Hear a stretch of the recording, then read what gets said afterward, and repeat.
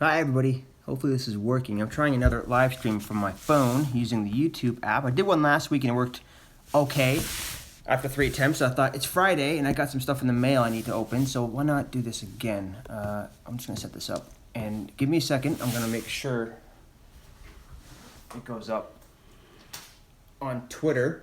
But my plan is to answer some questions while I unbox some stuff and use some of the stuff I unbox to fix some of the stuff wrong with this rig, which I'll talk about shortly. But first, let's see if this is working since it's consistently problematic.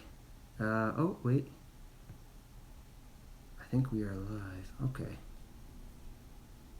That's an awful thumbnail. All right.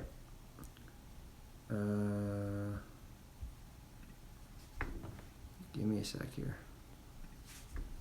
Hello. All right, cool. Turn off the sound so you don't hear the echo. If you're joining now, what's up? I'll get started in a moment. Just gonna make sure I share. Here we go. Here we go.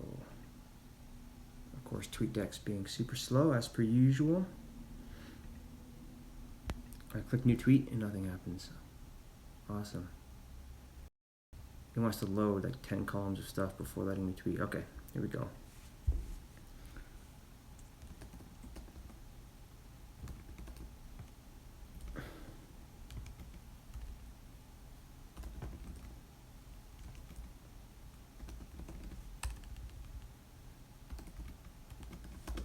Fixing my computer and opening some stuff.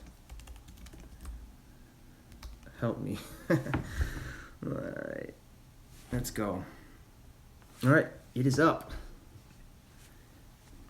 Oh, hang on. Important email from DC Comics, which I will talk about as well.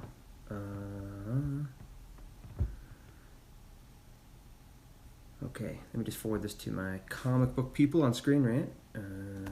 Days and age.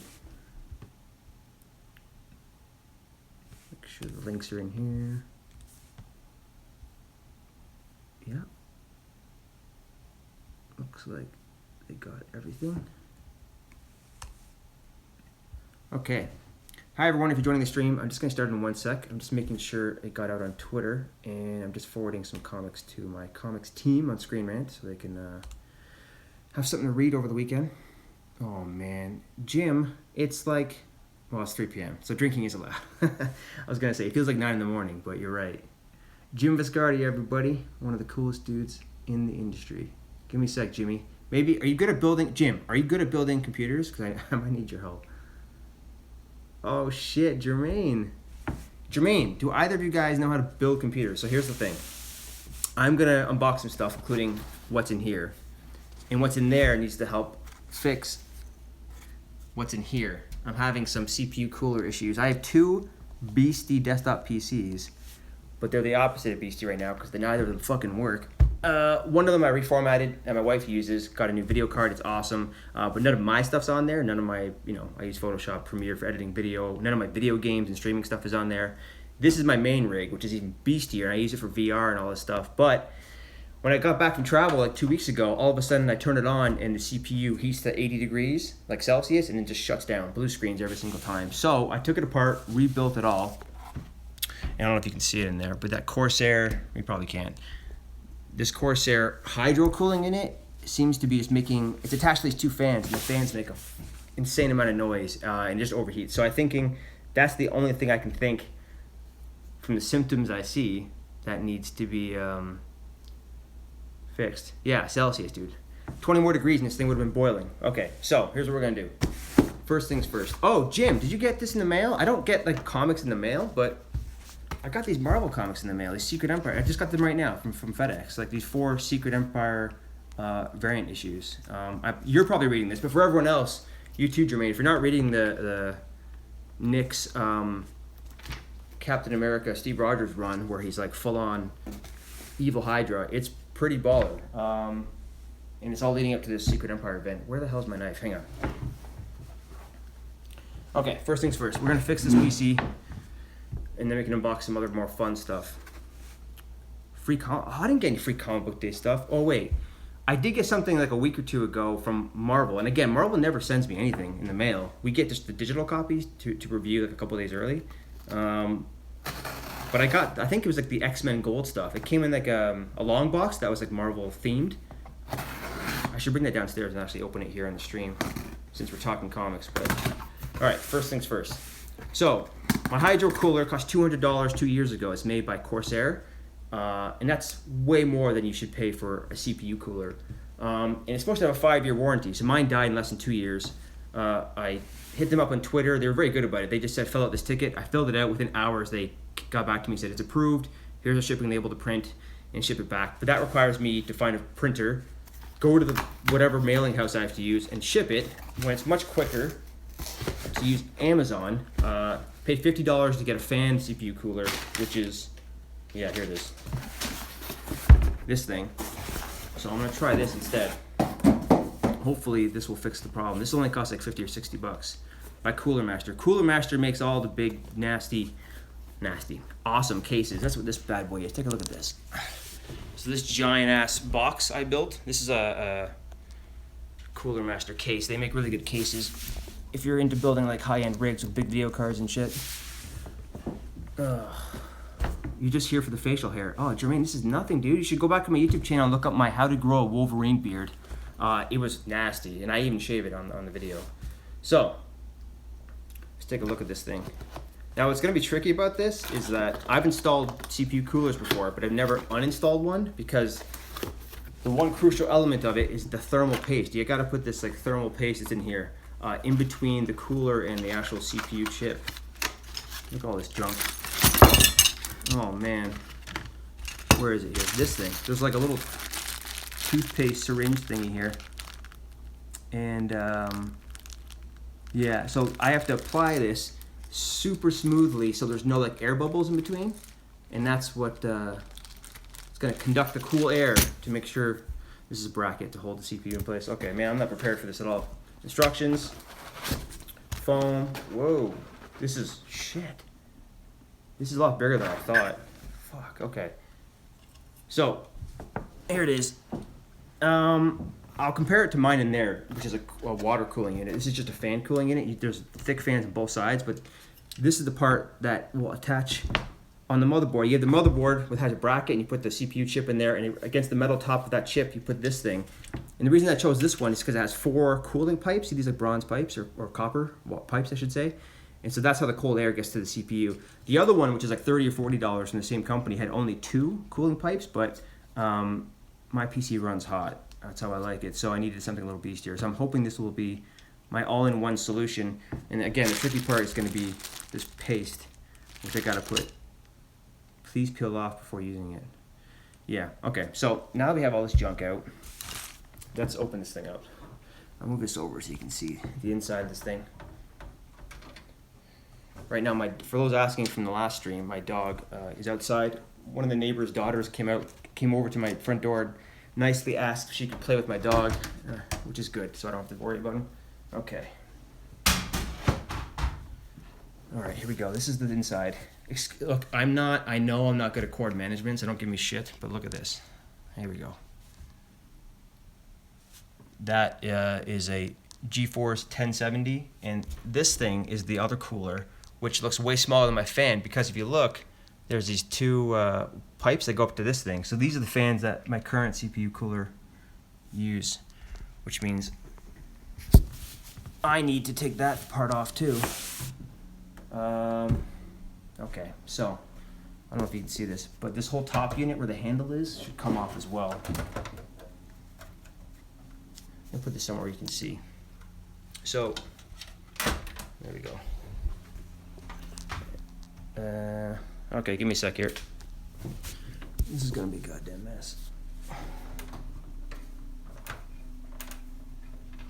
So I gotta take off the other side of the unit first.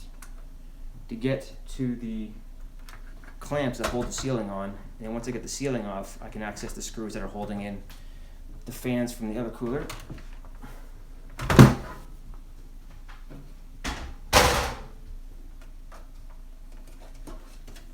So I am an advocate of building your own PC, but it's shit like this makes me I just got a tweet from Jason who says he wishes he can watch. Jason, I know you know how to build PCs. You got to get on the stream so I can get your help. Come on. Anyways, yeah, I'm an advocate building your own PCs because A, Macs suck, and I can say that because I'm using a MacBook. I know Jermaine is a MacBook too. Jim, you probably have a MacBook too. All you guys. Everyone in our industry uses these fucking Macs. They're the worst. And that being said, here I am trying to fix my stupid ass PC, so everything's going wrong. Come on.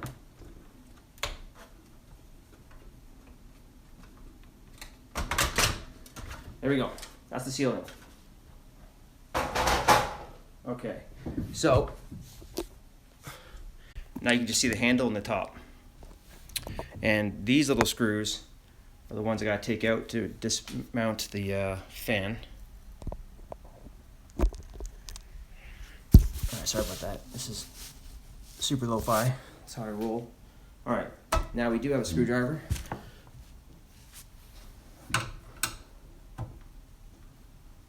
So no one here has built a PC before? Jesus. Jim, if you're still there, what do you mean, who are you saying you win to? Jermaine or me? And are you talking about our beards? I can't follow on Twitter. Alright. But, if I get this thing working, I will finally be able to hook up my HTC Vive again this weekend.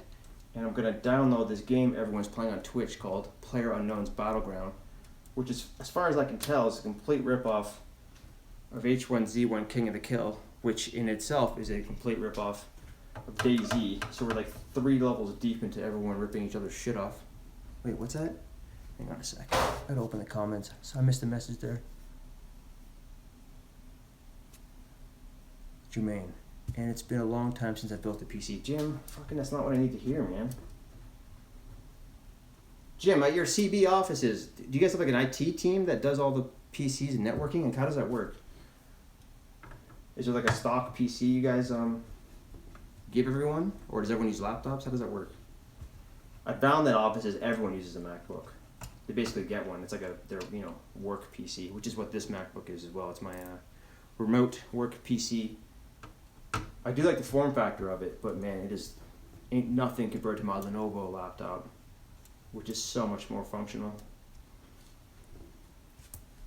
Too much computer talk. Jermaine, ask me questions about movies, you fool. Oh shit. Am I missing? Oh, I'm missing a screw. Okay, before I do this and topple my insides over, I'm gonna lay this bad boy down. Oh, my dog's loving the attention he's getting outside. Okay. I'm performing surgery. Jermaine left early, but I was gonna unbox some fun movie shit after his loss. Okay. Let's take off this last screw. Mostly laptops, but we've got a team. Yeah, same here. And does everyone use a MacBook?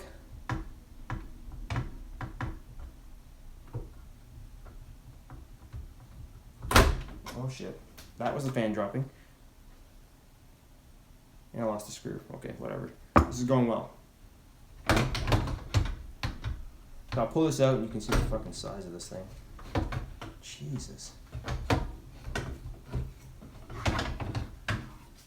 Alright, look at this mess.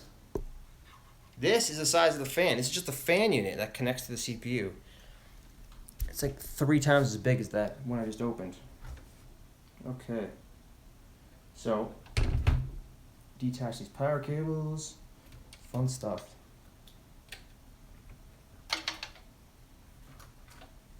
Alright, I don't want to do the CPU part. I should probably watch a tutorial YouTube video first. But I do have something else to unbox. So, this is sort of a tech game themed stream, I guess. So I talked about wanting to play Battlegrounds and get this set up so I can do VR stuff and streaming again this weekend. But speaking of games, I do have something else to unbox.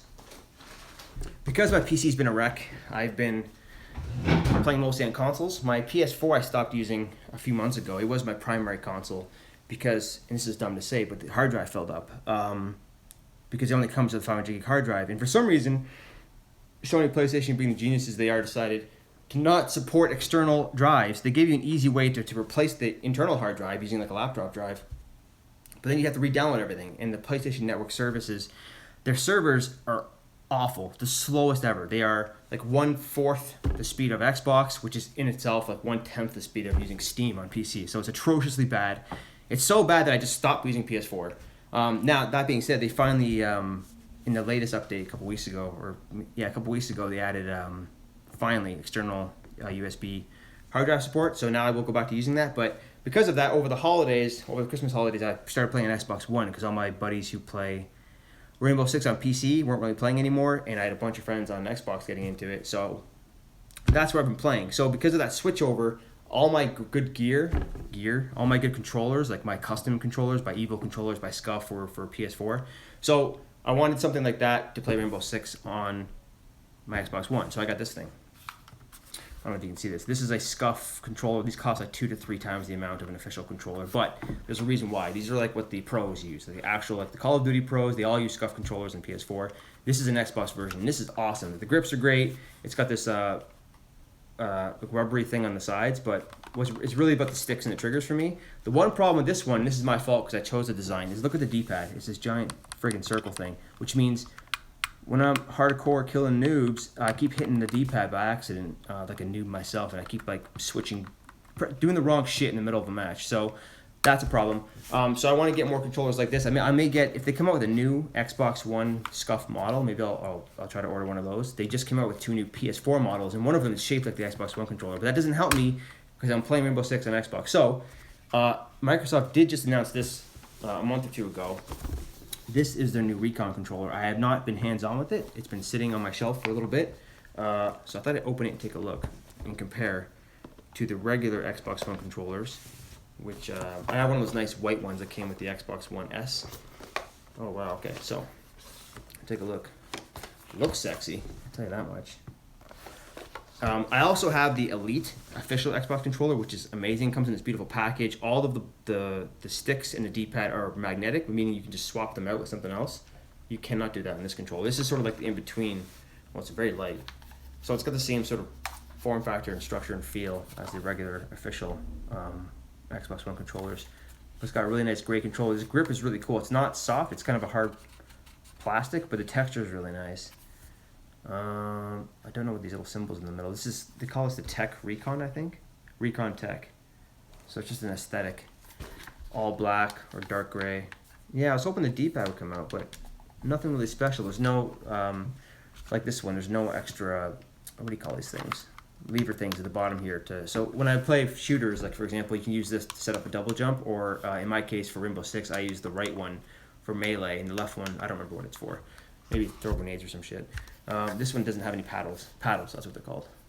It does come with 2 AA batteries though. Copper top. So that's it. I'll have to give it a shot, see how it really compares, but there's nothing really identifiably different, except the grip is a little bit different and just a different aesthetic. So these cost, I think, like $20 more than the regular controllers. So you're paying $20 for a slightly different grip and color.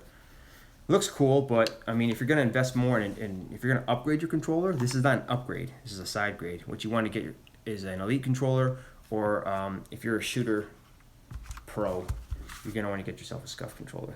So that is that. I should have brought my other controllers down here to compare. I also have new PS4 controllers I could show, but I don't want to go upstairs right now. So cool. Jamie, you're a PS4 player, aren't you? Are you still on here? Mostly laptops. I know Jermaine is a PS4 player. He plays, we're talking about Battlefront a lot at Star Wars Celebration. That's where they announced the new Battlefront.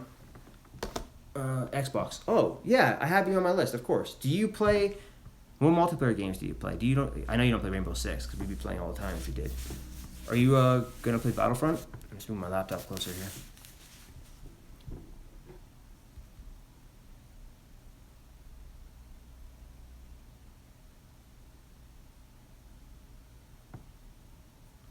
I'm very excited for the Battlefront campaign. I kind of wish it had a co-op mode, but I'm pretty sure it doesn't.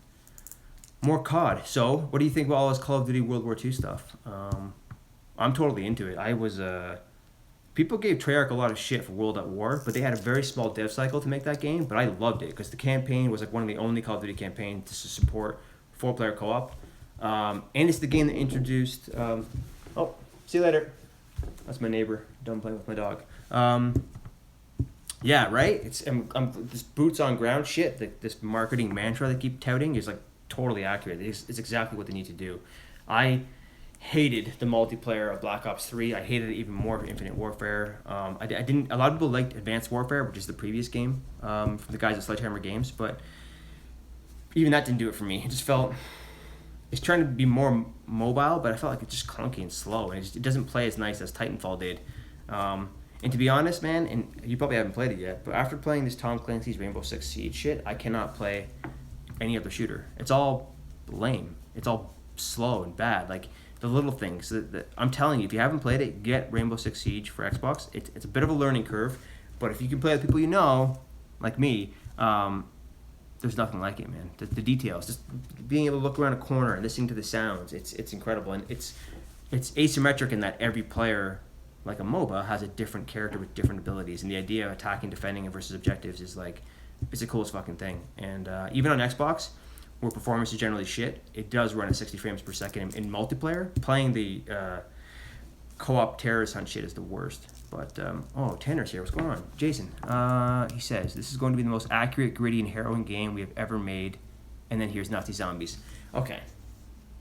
Yes, but here's Nazi Zombies with a story campaign for co-op, which is good because regular Zombies modes in the last bunch of Call of Duty games, they're all boring as hell to me. Plus, if you don't have zombies, there are people who play just that, so they're going to be pissed off. And people want to play like a new Zombies game, which goes back to the old weapons and not all this like energy weapon bullshit or that 80s themed stuff from Infinite Warfare. They want that classic, like the original Zombies mode from Treyarch in World at War. They want a new version of that because there hasn't been that in 7 years or whatever. So I get it. That being said, I do wish they had like a new Spec Ops type mode. Not Spec Ops because that was too limited for me. It was only 2-player and it was like one very enclosed scenario, sort of like Terrorist Hunt in Rainbow Six. But I want to see an actual co-op campaign. So if they're not going to do co-op in this single player story campaign, which I get, I kind of wish they did it like Battlefield 3 or Far Cry 3, where they had these missions which are designed for 4-player co-op, and there's like a story that goes through them with characters you actually play. Zombies, I don't know. We'll see. The jury's out on that. Hopefully they show that at E3. I know the focus of E3 will be the competitive multiplayer stuff, and that should be cool too. I'm really hoping. I'm more of I gotta be careful what I say here. I'm more of a Battlefield guy because I like the scale and scope. I think, Battlefield 1942, 15 years ago, had 64-player multiplayer. I'm a little curious why 15 years later we are still capped at 64 players, and why other games can't even get close to that. Even the Battlefront, DICE, who makes Battlefield, in their Star Wars Battlefront games, capped the player count at 40. Even Battlefront 2, it's capped at 40. It's like the Battle of Hoth with 20 on each side. Get the fuck out of here. There should be 5 AT-AT walkers, or AT-AT walkers, and there should be like 100 rebels getting owned by them. You got to do it right, man. You got to get that scale right. They can totally do it on the tech they have, especially with the Scorpio coming out. My PC, when it's working, will definitely support that. But Call of Duty, it's like the regular modes are like, 8-on-8, 4-on-4, 12v12. I get it's more competitive and intimate, but why not have a mode that's bigger, like Warzone and Halo, where you can play like 32 versus 32, especially in World War II. You're going to do the Battle of Normandy, I want dozens and dozens and dozens of like squad mates or battalion mates running up that beach and getting sawed in half by bullets. Jason says, yeah, I know what you were saying. I was hoping for Spec Ops mode too. Yeah, I know. I want to be optimistic and say maybe in DLC they'll add it because they are selling that bullshit season pass again, but people buy that. But no, they obviously won't be doing that. So who knows? Maybe, who's next? Infinite Warfare was Infinity Ward last year. This was Sledgehammer. Call of Duty World War II is Sledgehammer Games. So Treyarch's back at it. So given the success of Black Ops 2 and 3, like those are some of the best-selling games, and like they're some of the best well-received from the esports community, all the pro players. I would not be surprised if they just came out and said, look, we're doing Black Ops 4. Even if the story makes no sense, people want that multiplayer.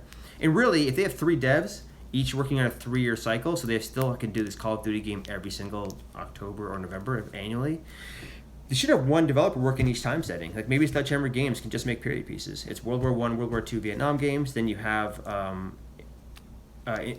yeah, I guess Infinity War should make the modern games. They should go back to making Modern Warfare style games, not near future shit with like exoskeleton suits, but like Modern Warfare style.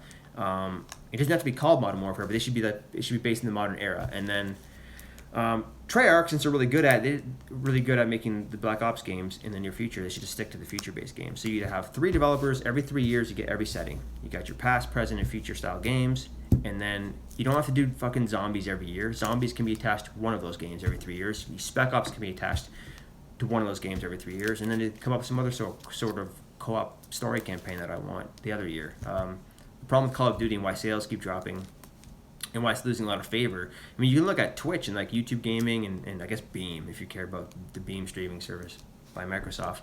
No one fucking cares about Call of Duty. People aren't watching.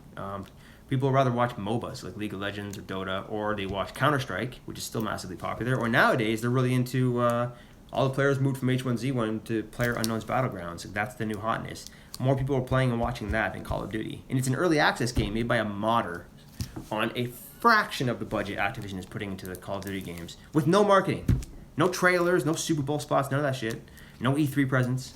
Well, there might be an E3 presence, but you know what I mean. And I bet when PlayerUnknown Battlegrounds comes to consoles, and you know it will once they polish it up a little bit, I bet it's going to be, people are going to be watching and streaming that a lot more than Call of Duty. Again, I mean, maybe that's where the esports will move, and this Call of Duty can get their shit together. But that being said, everything about this Call of Duty looks good so far. We don't know enough about the multiplayer, but they're adding.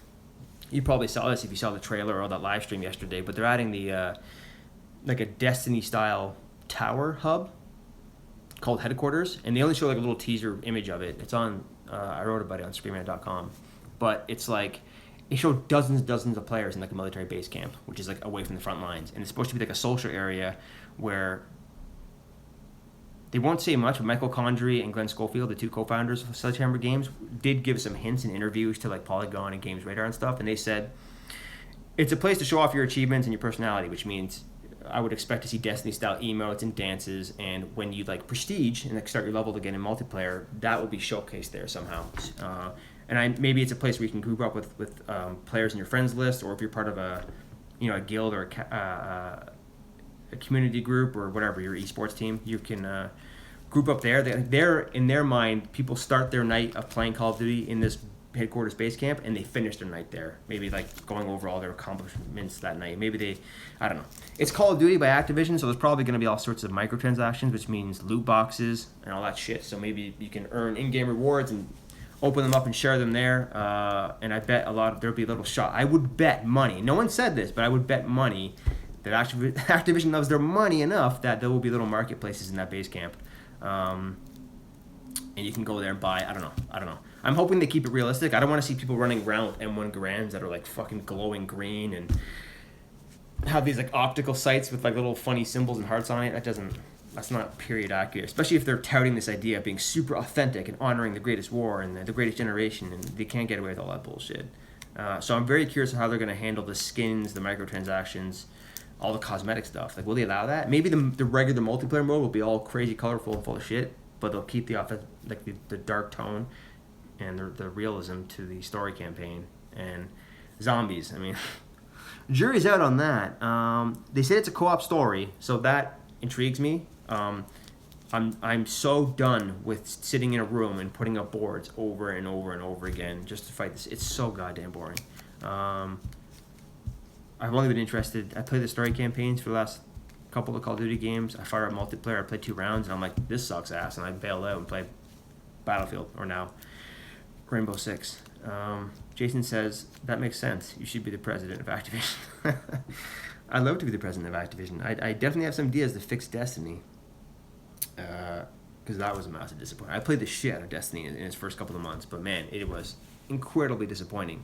But, I mean, look, the Call of Duty developers are taking some cues from the social aspects of it, so they did something right. Destiny was still mega popular, and I bet, man, Destiny 2, when it comes out in September, is going to sell gangbusters. So it's a big year for Activision, man. They don't have that many AAA games. They got the Skylanders stuff, right, and then they have their big shooters, which are Destiny and Call of Duty. And if they can deliver on Destiny 2 what the first game should have been, that's going to be awesome. And I mean, just look at the likes versus dislikes on the YouTube trailers for Call of Duty World War II. It's actually positive. Remember last year they had the dislike campaign? Activision came out in the spring and dropped their first trailer for Call of Duty Infinite Warfare, and it had like hundreds of thousands of dislikes. And then developers from DICE were like shitting on it, and then a week later they dropped the trailer and revealed Battlefield 1, which was set in World War I. In the timing, it could not have been more perfect. It got all the positive buzz. Everyone wanted a boots on ground, like period piece game. Everyone thought Call of Duty was going to go back to Vietnam or whatever. They didn't. They pushed further in the future, which everyone was fucking sick of. And then Battlefield like stole the show, and Battlefield has been a crazy success. I feel like it's not as popular on PC as Battlefield 3 and 4 were, but on consoles it's far more popular. It's weird. I played Battlefield 3 every night with my friends for months and months and months. And Battlefield 4, we played for weeks and weeks, and then I dropped out. But Battlefield 1, I played for like a week, and I was just like, no, too many fast moving vehicles and fast automated weaponry for World War One. It feels a little too World War II to me, but I was hoping like 90% of the Tanner's asking a question here. Where did boots on ground come from? I don't know where it came from, but it's been a phrase used a lot in the last 2-3 years talking about Call of Duty specifically because what are the last couple games? It was like Modern Warfare 3, is that right? Or Advanced Warfare, and then Black Ops 3 and Infinite Warfare, and they all feature exoskeletons and jump jets, so you can do wall running and double jumps, and people are like, all that verticality is too arcade-like. So people wanted that old-fashioned game like Black Ops 1 and 2 or World at War where it's like, no more jumping and shit. You're just running on the ground. Sorry, I'm getting some messages in Slack from my team. So maybe I'm at 30 minutes, and I'm not going to... I need to look up what I'm doing. Before I disassemble that CPU cooler from my CPU, I don't want to fuck this whole thing up. And I want to make sure I get the instructions for how to do this thermal paste correctly before I ruin another piece of this $3,000 machine I built 2 years ago. What a mess. But anyway, that's where boots on ground came from. It means literally boots on ground. No more jumping and running on walls. They want to get rid of that verticality, and it's more like corners. Which, for me, it's good, because I am sick of this fucking stupid wall running and double jumps, because Call of Duty never did it as well as Titanfall did it. It didn't feel as good ever for me. But also, if it's boots on ground, like now it has to compete with Tom Clancy's Rainbow Six, and nothing does like on boots on ground shooters like Rainbow Six, because they do the corners and shit so well. But anyways, I've been playing like an hour of Rainbow Six the last couple of nights just on my own on Xbox. But if I get this thing fixed, I will play on PC, see if some of my old buddies are on there, because like playing on mouse and keyboard with that game is something special. If you don't have Tom Clancy's Rainbow Six Siege, it's cheap now. Get it. If you like shooters and you're not playing Rainbow Six Siege, you don't like shooters. But okay, my plan was to fix this on the PC on the stream, but it could take an hour, and I have to research while I'm doing it. It would be incredibly boring. So if you have any questions, let me know. I opened some Marvel Comics. We opened a new controller, which I will I'll give it a shot tonight. See how it compares to my Scuff controller, and then I have a bunch of boxes in my office I need to open. Marvel Comics related. I think there's something movie related in there. And I think there's a video game thing too, but maybe I'll do a different video for that. But anyways, thanks for watching. Later Jim, later Jermaine. Jason, thanks for coming on. Always good to see you, Tanner. Cool, pick up Rainbow Six. Yes. And what, you have Xbox, or your friend has an Xbox. Shit. Jason, what system would you pick it up for? Right now, I have it for every console, but I play on PC and I play on Xbox. It's tough now though, man, because like the players who are still playing that game are like so high level and so good, like you can't like mess around. So I imagine for new players, okay, good. It's a lot easier on Xbox One. So you know my gamer tag. Fire me a tweet if you do get it for Xbox One, and we can play a round or two together anytime. I usually play late evenings around 11 p.m. Eastern Standard Time. But anyways, guys. Have a good one. We'll see you guys later. How do I stop this bad boy? Cheers. Enjoy the weekend. It's beautiful weather. Oh, man, it's so hot. It's fine. Summer's finally here. I need to get my snow tires off my car. And if you haven't done your taxes and you're in Canada, fucking do them. They're due on Monday, I think, 30th. I handed over my final payment today. My accountant saved me again. I always do my taxes super last minute, and they did it for me at last minute this weekend. This week, I mean. I just went back and forth from the accountants today and dropped out the final documents and pay, so I am good, I think, as long as they give it to the government in time. So, man, the government's taking all my money, but that's okay. I like living in Canada, so I'm cool with that. All right, boys. See ya. Cheers.